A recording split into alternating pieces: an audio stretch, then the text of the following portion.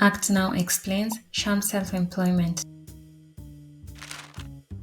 Nasser decides to distribute packages for a logistics provider as a self-employed person using his private car. Signing up is easy and is done through an app.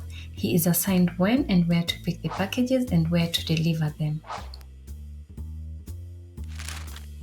He has only one client and is financially dependent on him. This means that Nasser is only working on a sham self-employed basis.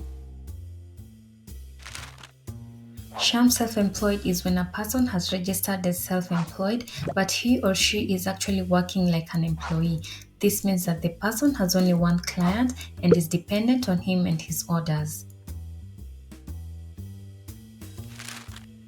Indications of sham self-employment can also be that a person cannot choose his or her working hours and place of work. Self-employed persons pay their own social security contributions such as health and pension insurance.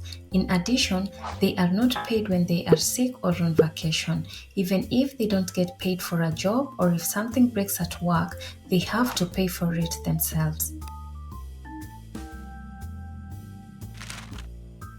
At an hourly wage of 25 euros, after deducting the above mentioned costs, they end up with about 10 euros per hour, sometimes even less. These are all big risks when you only get jobs from one client, and it can mean that you quickly get into financial trouble. Back to Nasser, he doesn't get enough trips allocated by his client. Still, he has monthly expenses for the car, his insurance, and his living expenses. Since he has no other client, he cannot cover his expenses. So Nasser gets money problems because of his work as a sham self-employed. The logistics company, on the other hand, benefits from Nasser because they do not have to pay his social security contributions and other costs for him since he is not an employee.